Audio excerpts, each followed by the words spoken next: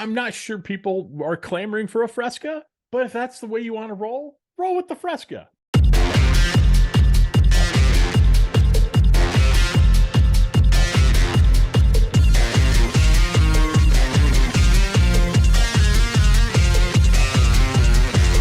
Hey there, and welcome to a brand new episode of the Branded Merch Podcast. I say it's a brand new episode because I can't remember if it's episode 6 or it's episode 5 or 7. So it's a brand new episode of the Branded Merch Podcast. I am one of your hosts, Kirby Hasseman. Joining me today is my good buddy, Bill Petrie.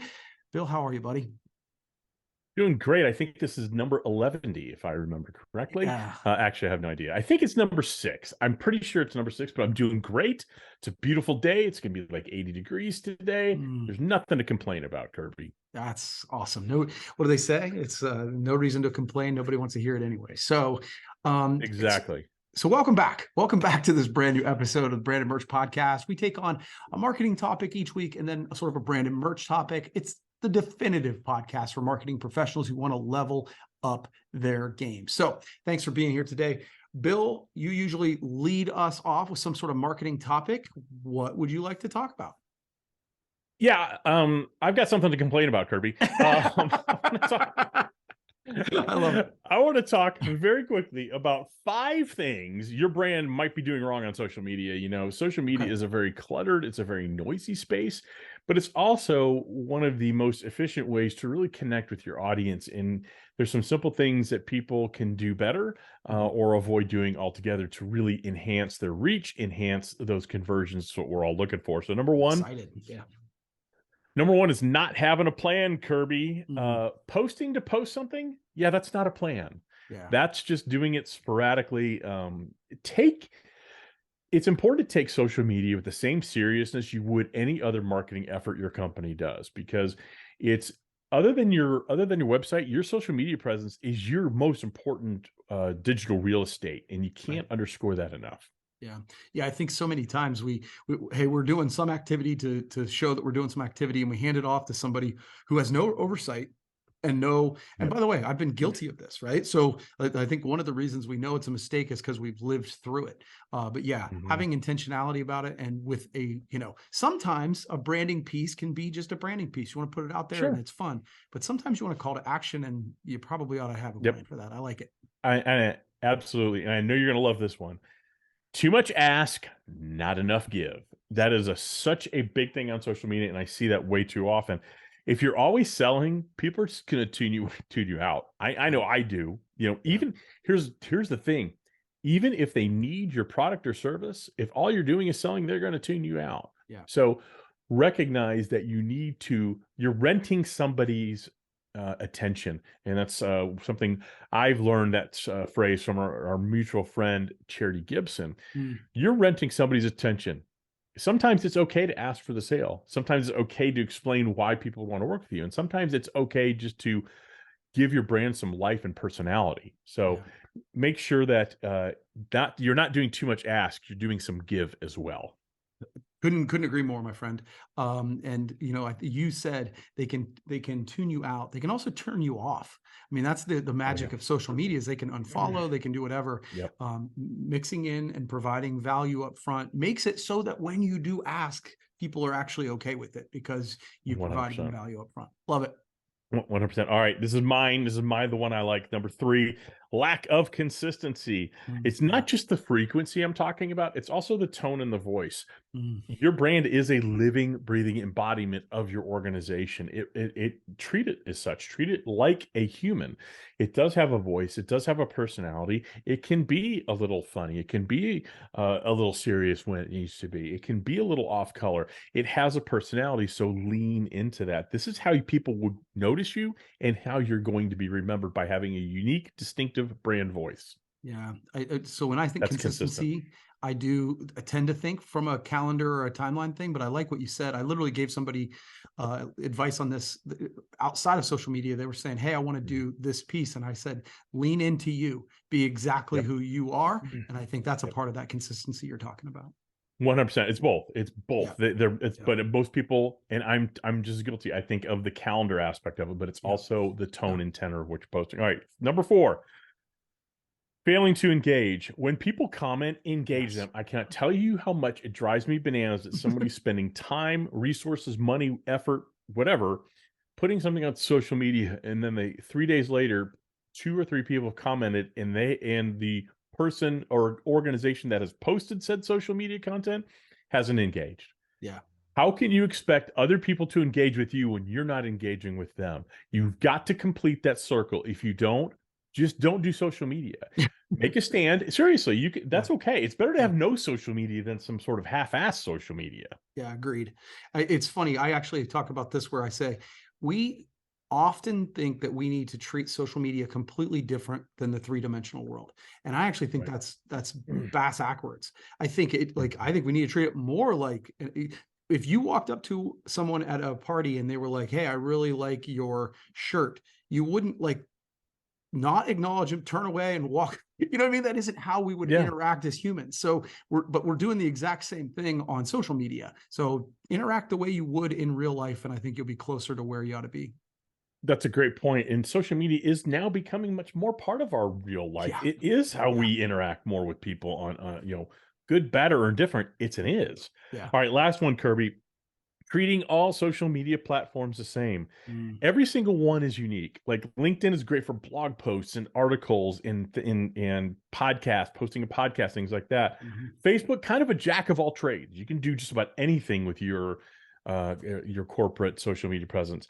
Instagram, very graphic heavy, not a lot of text, very graphic heavy. Twitter, I have no idea what to do on Twitter these days, so I'm not the guy to ask. But my point is, everyone is a little bit different, and understand your audience, where they're living, what social media platform are they living on, and cater to that. Love it. That's real. I mean, no arguments there. I mean, I think for the sake of discussion, the pushback I'll say is I do put similar content sometimes, but even that you might write it differently or phrase it Correct. differently based on your audience. So I I agree. That's good stuff, man. Right, right. And a Those are great really way good. to thank you. Real quick, and one great thing to do for like if it's like a graphic, you could post the same graphic on Facebook and Instagram, but just make the text in Instagram different, shorter, punchier, a little Yeah. more. Make More sure that the hashtags. graphic is speaking, hashtags, things like that. That's Yeah. that's what I'm talking about. So Yeah. thank you Love it. for you cleared that up. I confused everybody. All right, Kirby, No. you said you came in today barreling hot. You've got a topic you really want to talk about, and I'm ready to hear said topic. I love it. Well, each time we talk marketing and then we talk a little bit of merch. And I think Mhm. that, one of the things that people don't do that enough is they kind of play in their own silo. So we try to do a Yep. little bit of both there. So you and I haven't really talked about this, but Mhm. but I came up with an acronym recently to lay out the way to market your company. And I made it as Target. And it's, each letter stands for a different thing. And the E in Target is for enthusiasm. And I want to talk a little bit Okay. about that today, about how you can build a brand and build a tribe by using appreciation marketing. And Love that. it really kind of goes to your point in the social media side is I think, you know, it's cool to sell sometimes, right? Mhm. We have to. That's part of the You way have we pay to. the bills. But I think sometimes it's totally good to just show a level of gratitude and appreciation where you're not asking for the sale. And Yeah. it's of my contention that that is one of the ways that you build a lasting brand Mhm. through what I like to call appreciation marketing. And so I wanted to give a couple ways to do that, right? Not a Love it. definitive list, but a few. So and I want your take on each one of these. So, number one, simplest, the thing that we all know we should be doing. Is whenever I talk about this publicly, everybody nods their head. I know. Send thank you notes. Right? Actually, take the time to write thank you notes. Now, you may get to a part in your Mhm. business where it's really hard to keep up with those. Set a level of of purchase that you can send those thank you notes or Yep. utilize technology to send videos that just say thank Yeah. you, but personalize them in that way. That is one of the most underutilized things that everybody knows they should do. And it does, like, when you get a real thank you note, it makes you feel differently about a brand. It really does. No, I think that's gratitude is one of those wonderful things that can do so many things, accomplish so many goals. It can disarm a dissatisfied customer Yeah. when you express, gratitude to them. It can really build those bonds that we seek so much to do, build that loyalty, which seems very, very difficult to hold on to. Right. And people, the biggest need on on Maslow's hierarchy of needs is to feel appreciated. And Mm. so when you share a personal thank you note, when someone burns the calories to actually write something out, Yep. not type it out, there's something about that tactile. I'm touching an envelope. This was sent from Coshocton, Ohio, all the way here, and wow, it's still amazing Yeah. that that can happen. So I absolutely agree with you 100%, and it's something I practice regularly, but not regularly enough. Yeah, you do a better job of it than me, if I'm being honest. And so it's like it's one of those where sometimes we all need to rehear these messages. So that's number one. Sure. Here's one that something we're working on as an organization, and is create a system to follow up after every order, Mhm. not just for reviews. Like I think Yeah. sometimes we've automated this process a little too far, where we're like, okay, hey, you got your stuff. Can you give me a 5-star review? The five Yeah. star review is great. But actually, what we have, and we've talked about this, Jade is my assistant. And so I've got her triggering me to send a personal email to say, hey, did you get your drinkware? Mhm. How did it turn out? And the response has actually been really amazing. And it's kind of reaffirming to the customer why they've done it. And then if you want to ask for a review, that's a great time to do it. But it's really just saying, hey, I Yeah. actually care past the Yes. sale. And if you can Ab figure out a way to do that, it's powerful. No, it's hugely powerful, and I'm a giant advocate of that. I mean, if when you take the time to show someone you care, "Hey, how did it go? How was it Mm, received?" right. And then you have an additional opportunity because some clients might say, "Oh, everything was fine." Yeah. And if they do that, I would also suggest maybe you push back a little bit. I say, "I'm glad you're very happy with everything that happened. What do you think we could do better next time? We're always looking to improve." Yeah. Talk about a way to allow your client to maybe criticize you a little bit, and that's okay. That's how we 100%. get better. That's how you build that bond. So I love that personal touch, whether it's an email, and I think that's a great way to do it, or even a phone call if it's a big Totally. order, or heck, maybe even show up on delivery day. Yeah. I mean, you have all those opportunities, those moments of enthusiastic gratitude. Absolutely love it. Cool, cool. Number 3, a quarterly appreciation program. So, I think you've heard me talk about this. This is something to me that is especially for, when you have well-established customers, the rule is essentially that, 80% of your revenue often comes from 20% of your customers.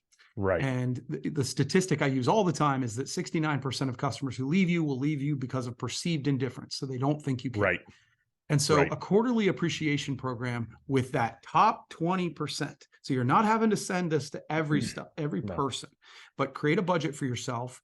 Allow for whatever that budget is. So say it's $100 a year, but these are your top 20%. Then you got $25 each quarter to send them Mhm. some piece of branded merch that would be meaningful to them, with a thank you note. When you're not trying to sell, just thank you. And they'll Right. never, they will never think you don't care again. Well, Agree? and another, I 100% agree. And if you can do that, send them. I love the regularity of it. I love the Yeah. consistency of it. I love it all. And if you can do that with your client's logo on it, talk Oh, about yeah. hitting a home run. Yeah, yeah, yeah, That's yeah. not your logo. Yeah, I mean that's a great way to. I thought you might like this. Yeah. You're not selling anybody anything. Yeah. Just I It's thought just, you might like this. I thought of Thank you. you.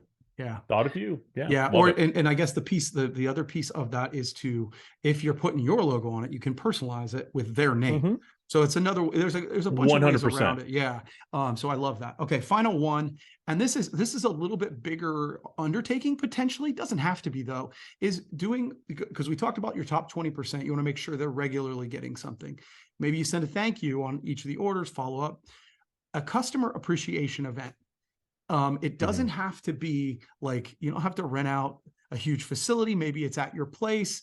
Maybe you do it around a ribbon cutting or something like that, but where you just invite people over, as many as you Yeah. can, even the small customers, to come over for, a, a fresca or a beer or a glass of wine, just to say thank you. And what I like about that, especially if you do it at your facility, you can give you can give factory tours, you can do like, you can Mhm. show them a side of your business that they normally don't see. This is something Yeah. we have done, and the impact on our business has been really powerful. You're the master at this, and I think it's brilliant, and I love that open house. Hey, just come and go and see, again, it puts not just a name with a face, Mm, it puts a business to a face, right? yeah. And they get to see the organization, they get to really meet people, they get to engage not just with the humans, but with a showroom perhaps, Yeah. or the factory or things like that. I'm not sure people are clamoring for a Fresca, but if that's the way you want to roll with the Fresca. Fresca is one of those things that you say that always makes people tilt their head and smile. So that's why It's definitely a good for a giggle. Now I that's want right. a Fresca. I know, right? All right, well, cool. So this is great. We've given you some things to stop doing on social media. And if you want to start building a real brand, and a real brand is one that, people buy from you more consistently, they're willing to pay more, they're willing to forgive mistakes. These are a few ways to use appreciation marketing and brand and merch to do that. So Bill, thanks as always, man. I always appreciate you taking the time. It's always fun, and we'll have to do it again. Okay. Absolutely. Thank you for having me, and I hope you have a great day. Yeah. Hey, and before we go, just a Oh, reminder, if you yeah. head to Hasseman Marketing, we have the Delivering Marketing Joy book that you can get for free. If you want to do merch better, you want to do merch right, go check it out. And it's yours just for giggles. Just for being you. All right, cool. Well, that's going to wrap it up. Thanks, Bill. Thank you for watching. See you next time.